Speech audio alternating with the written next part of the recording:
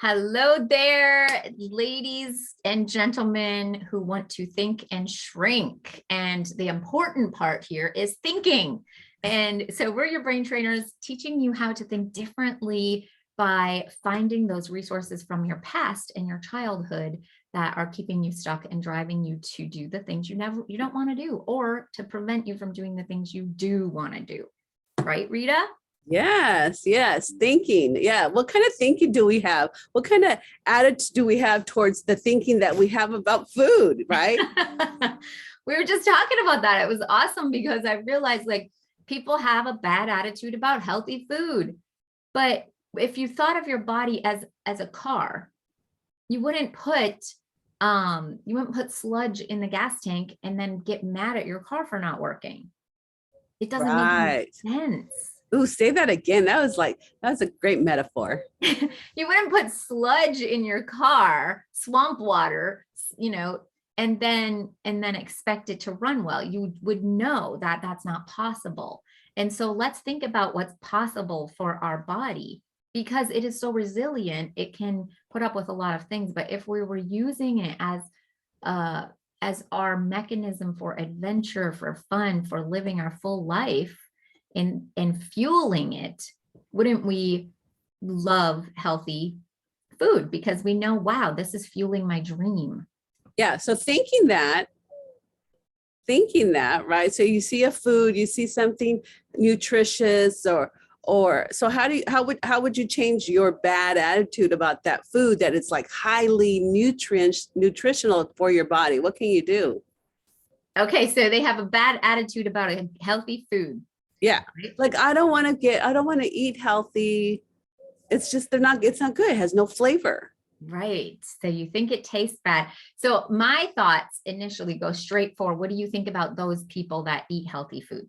Because that's a judgment. And you can't be this healthy person, this fit person, if you're judging them as bad. All right. Your brain is not going to, it's going to protect you from being bad like them. So my first question would be like, hey, what do you think about those people that eat healthy food and that like it? They're snobs, they're stuck up, I don't know. Like, what do you think, Rita? Like, what are some thoughts that? Probably for me, it would be like, it's too much work. You have to change your whole buying. You have to change your whole buying structure. I don't even know what that food is and why it would be even nutritional. Like, yeah. So me, it would be like, they must have a lot of time. I mean, they must have time in there. It's less time to peel an orange than it is to cook a cupcake. But yeah, so there you go. There's a way that you're thinking, but now you just haven't questioned your thoughts. You just haven't questioned your thoughts enough to realize that they're not consistent, right? So find out what it is for you. Like, what do you really think about people that like this healthy stuff? Like, what negative thoughts do you have towards them? And then use the stop technique. You've got to let those thoughts go. And when you work with us, we go back into your childhood and find out, like, who taught you to think that way? What are those thoughts? And then we rewrite it and allow it to change and flip and switch so that it can be nice and beneficial for you to get your goal. Yeah, that's great. So what I'm hearing you say is that if I do the stop technique about the attitude that I have towards either food or other people, or even any attitude, right? Any attitude about, because it's an automatic, right? It's just automatically someone's eating healthy. Our brain goes there because it's already wired and linked. Too much work. Too much time. I'd rather just not eat. This is why I fast, because it's easier just to fast. There you go. If you don't want to work, just fast. I'm fine with that. It's interesting how we pick what works, right? So if that's the case for me, and I do get more energy, and I have more energy where my body's not shutting down to digest this big old, meal. So that so yeah. So what you're saying is get the stop technique. If I think about this bad thing, then I do the stop technique, and then I appreciate the good stuff that they do have. Like they can walk, they don't have high blood. Feeling that healthy food gives you is what you should be focusing on. So this is like, what I notice is, well, it's gratification, right? Like quick gratification is, what do they call that? Fast gratification. And instant.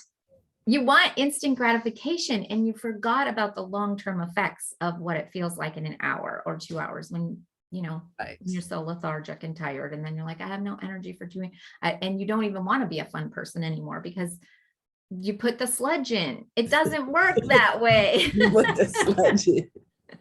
Right? Yeah. So just getting a healthy mindset around what is your goal and keeping that at hand, and then how to fuel your machine to reach that goal. Yes. Help change things. Well, that sounds very exciting, and it's very doable.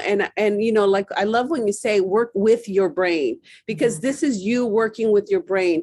Because we have this saboteur within. The saboteur within is really you, because you're going against those beliefs of attitudes, the beliefs of your emotions. You're going against what it's already ingrained or programmed in you. So when you think and switch, when you think and shrink, it's because you are rewriting and releasing those old programs that have you stuck, with that behavior and that attitude.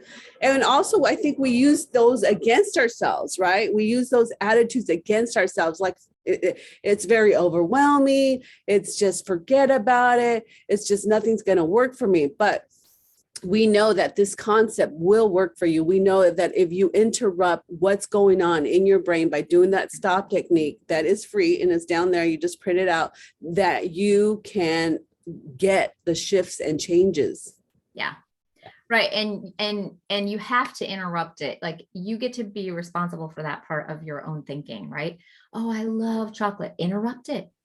It's not serving your long-term goal. Oh, I'm okay with chocolate. I buy the dark chocolate that doesn't have any sugar in it. Okay. And you maybe that's an acquired taste. I don't know, but I love it because I feel good. So notice what keeps popping up for you that you think you love, that long-term. Like, think about that food and be like, how do I feel an hour or 2 hours later? And then we're going to start to dump some of that nasty, lethargy, swampy water on that food, so that when you look at it, you're like, oh, that's not a fuel.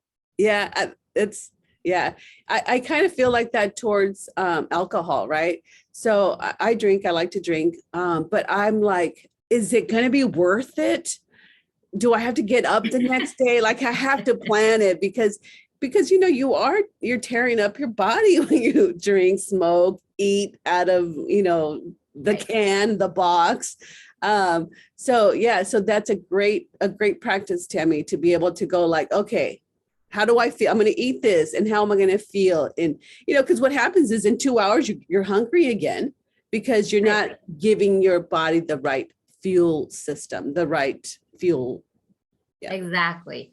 So if you are the kind of person that is driven, and you're like, I have a goal and I have a dream, and you want to get there, and you're super excited to live that dream out, then you want to look at your body as a machine that you're fueling, so that you can enjoy that life. Yep. Not get to your dream and be overweight and miserable and broken and in pain. Like, how are you compensating your body for all that it's doing for you? Yay. Compensation. Awesome. So hopefully that's helpful for you. Do use the stop technique. Interrupt yourself. We can figure out your food programs. That means, what is driving you? Uh-oh, now we're on the opposite side. What's driving you to this food, and how to change those drives so that you are looking at it in the long-term effect for your health and thinking and shrinking. Yep. That's how you think and shrink, folks. You can do it. That's right. We'll see you soon. Bye.